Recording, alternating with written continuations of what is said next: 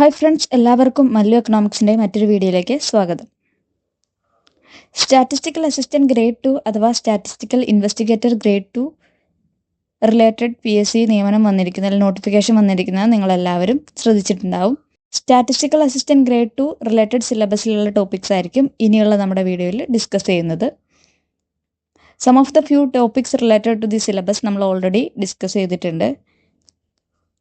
ഈ ഒരു എക്സാമിൻ്റെ ഡേറ്റ് വരുന്നത് tentative dates will be July to September ആയിരിക്കാം.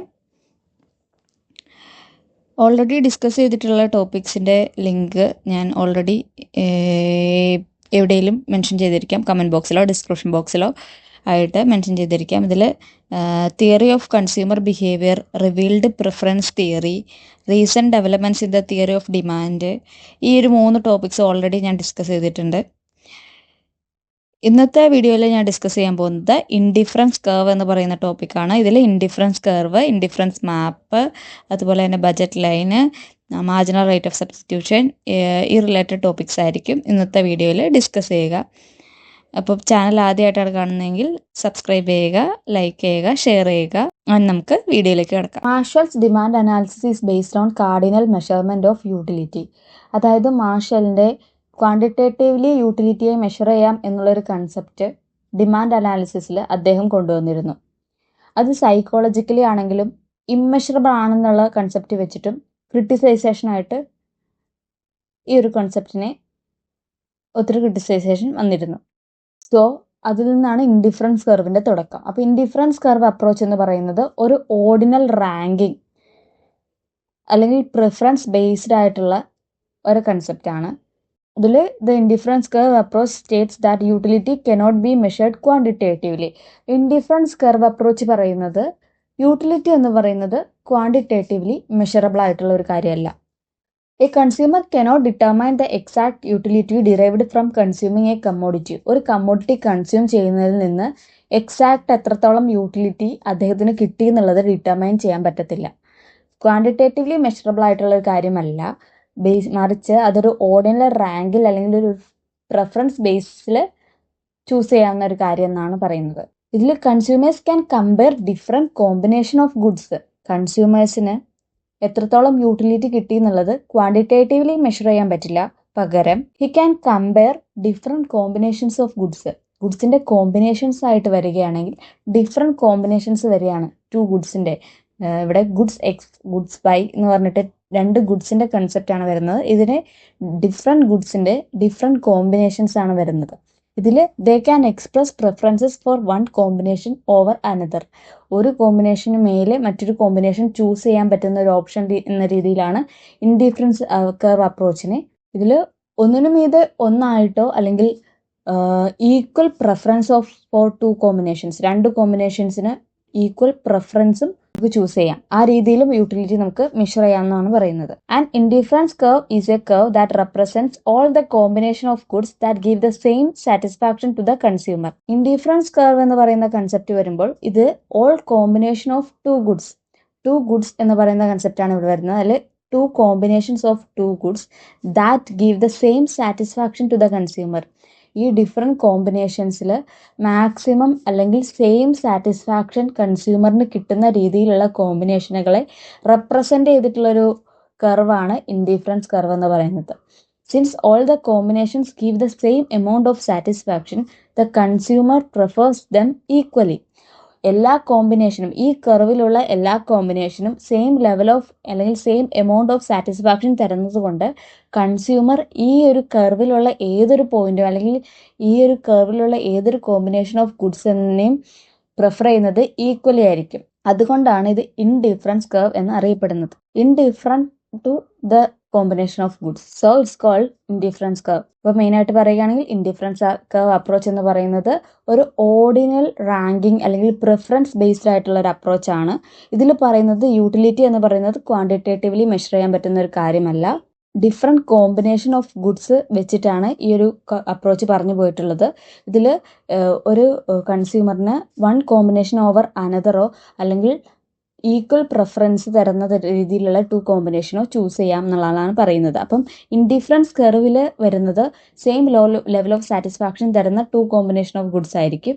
അപ്പോൾ ആ ഒരു ഇൻഡിഫറൻസ് കർവിലുള്ള ഏതൊരു കോമ്പിനേഷൻ ഓഫ് ഗുഡ്സ് എടുത്താലും അദ്ദേഹത്തിന് ഈക്വൽ സാറ്റിസ്ഫാക്ഷൻ ആയിരിക്കും. അപ്പം ഏതൊരു പോയിന്റ് എന്ന് പറയുന്നതും ഈക്വലി കൺസ്യൂമർ പ്രിഫർ ചെയ്യുന്നതായിരിക്കും. Indifference curve schedule, a table showing different combination of two goods that offer equal satisfaction to the consumer.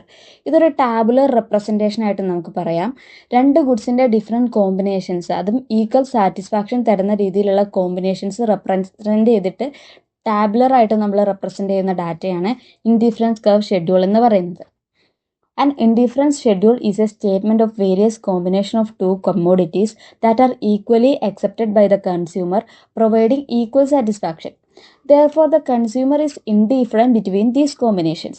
അപ്പം അതുകൊണ്ട് തന്നെ ഈ കോമ്പിനേഷൻസിൽ ഈക്വൽ പ്രിഫറൻസ് ആയിരിക്കും, ഈക്വൽ സാറ്റിസ്ഫാക്ഷൻ കിട്ടുന്നതുകൊണ്ട് തന്നെ ഈക്വൽ പ്രിഫറൻസ് ആയിരിക്കും കൺസ്യൂമറിന് ഇതിലുണ്ടാവുക. Let us assume that the consumer buys two commodities, bananas and biscuits. Then the indifference schedule will be, അതായത് banana, biscuit, രണ്ട് ഗുഡ്സ് ആണ് ഇവിടെ വരുന്നത്. ഈ രണ്ട് കമ്മോഡിറ്റീസും തമ്മിലുള്ള കോമ്പിനേഷൻസ് ആണ് ഈ ടേബിളിൽ റെപ്രസെന്റ് ചെയ്തിരിക്കുന്നത്. അതിന്റെ ഇൻഡിഫറൻസ് ഷെഡ്യൂൾ എന്ന് പറയുന്നത് ഇങ്ങനെയായിരിക്കും. From the above schedule, it can be understood that while the number of biscuits is increasing, the number of bananas is decreasing, so that the level of satisfaction remains the same. ബിസ്ക്കറ്റിന്റെ എണ്ണം കൂടുന്തോറും ബനാനാസിന്റെ എണ്ണം കുറയുന്നു. So ഈ ഒരു increasing decreasing അവിടെ നിലനിൽക്കുമ്പോഴും same level of satisfaction ആയിരിക്കും ഈ ഓരോ കോമ്പിനേഷനിലും ആ ഒരു കൺസ്യൂമറിന് കിട്ടുക. So the consumer is indifferent between combinations A, B, C, D and E. From the above schedule, it can be understood that while the number of biscuits is increasing, the number of bananas is decreasing, so that the level of satisfaction remains the same. Therefore, the consumer is indifferent between combinations of A, B, C, D and E. ഈ 4 കോമ്പിനേഷനിലും അദ്ദേഹം indifferent ആയിട്ടായിരിക്കും combination select ചെയ്യുക, അതായത് equal preference ആയിരിക്കും ഉണ്ടായിരിക്കുക എന്നാണ് പറയുന്നത്. അപ്പം ഇൻഡിഫറൻസ് കർവ് ഷെഡ്യൂൾ എന്ന് പറഞ്ഞിട്ടുണ്ടെങ്കിൽ tabular representation of indifference curve ആയിട്ട് നമുക്ക് പറയാൻ പറ്റും. അത് ഡിഫറെൻറ്റ് കോമ്പിനേഷൻ ഓഫ് ടു ഗുഡ്സിൻ്റെ ഈക്വൽ സാറ്റിസ്ഫാക്ഷൻ തരുന്ന രീതിയിലുള്ള ഗുഡ്സിൻ്റെ കോമ്പിനേഷൻസിന് ടാബുലർലി റെപ്രസെൻറ്റ് ചെയ്യുന്നൊരു ടേബിൾ വൈസ് റെപ്രസെൻറ്റ് ചെയ്യുന്നൊരു ഡാറ്റേനെയാണ് നമ്മൾ ഇൻഡിഫറൻസ് കർവ് ഷെഡ്യൂൾ എന്ന് പറയുന്നത്. ടു ഗുഡ്സ് ആണുള്ളത്, good X, good Y. Good X increase ചെയ്യുമ്പോൾ ഗുഡ് വൈ ഡിക്രീസ് ചെയ്യുന്നു. ഇൻക്രീസിങ് ഡിക്രീസിങ് എന്ന് പറയുന്ന ഒരു കൺസെപ്റ്റ് ഇവിടെ വരുന്നുണ്ടെങ്കിലും ഈ ഒരു ഓൾ കോമ്പിനേഷൻ, ഏതൊരു കോമ്പിനേഷനും സെയിം ലെവൽ ഓഫ് സാറ്റിസ്ഫാക്ഷൻ ആയിരിക്കും കൺസ്യൂമറിന് കിട്ടുക. നെക്സ്റ്റ് നമ്മൾ നോക്കുന്നത് ഇൻഡിഫറൻസ് കർവ് ആണ്. The data in the indifference schedule can be represented graphically with one commodity on the X axis and another on Y axis. അതായത് indifference ഷെഡ്യൂളിൽ നമ്മൾ കണ്ട ഡാറ്റ നമുക്ക് ഗ്രാഫിക്കലി റെപ്രസെൻറ്റ് ചെയ്യാം. അപ്പം graphical representation of two combination of two commodities എന്ന് പറയുന്നതാണ്, different combination of two commodities എന്ന് പറയുന്നതാണ് ഇൻഡിഫറൻസ് കർവ് എന്ന് പറയുന്നത്. അപ്പം ഇൻഡിഫറൻസ് ഷെഡ്യൂളിൽ നമ്മൾ ചെയ്ത ഡാറ്റ നമുക്ക് ഇൻഡിഫറൻസ് കർവിലേക്ക് ഗ്രാഫിക്കലി റെപ്രസെൻറ്റ് ചെയ്യാം. ഇതിൽ X axis, Y axis, X ആക്സിസിൽ നമ്മൾ ബിസ്ക്കറ്റ്സും വൈ ആക്സിസിൽ ബനാനാസും റെപ്രസെൻറ്റ് ചെയ്യുന്നു. The various combinations of the two commodities are plotted and joined to form a curve called an indifference curve. ഈ various combinations of two commodities plot ചെയ്തിട്ട് നമ്മൾ വരയ്ക്കുന്ന കർവിനെയാണ് ഇൻഡിഫറൻസ് കർവ് എന്ന് പറയുന്നത്. ഈ ഒരു ഇൻഡിഫറൻസ് കർവിലുള്ള ഏതൊരു പോയിന്റിനും ഏതൊരു കോമ്പിനേഷൻ ഓഫ് ടു ഗുഡ്സ് എന്ന് പറയുന്നതും ഈക്വൽ ലെവൽ ഓഫ് സാറ്റിസ്ഫാക്ഷൻ ആയിരിക്കും കൺസ്യൂമറിന് നൽകുക. ഇതിനെ ഇൻഡിഫറൻസ് കർവിനെ ഐസോ യൂട്ടിലിറ്റി കർവ് എന്നും നമ്മൾ പറയാറുണ്ട്. അപ്പം ഡാറ്റ, ഇൻഡിഫറൻസ് ഷെഡ്യൂളിലുള്ള ഡാറ്റ ഗ്രാഫിക്കലി റെപ്രസെൻറ്റ് ചെയ്യുന്നതിന് നമ്മൾ ഇൻഡിഫറൻസ് കർവ് എന്ന് പറയുന്നു.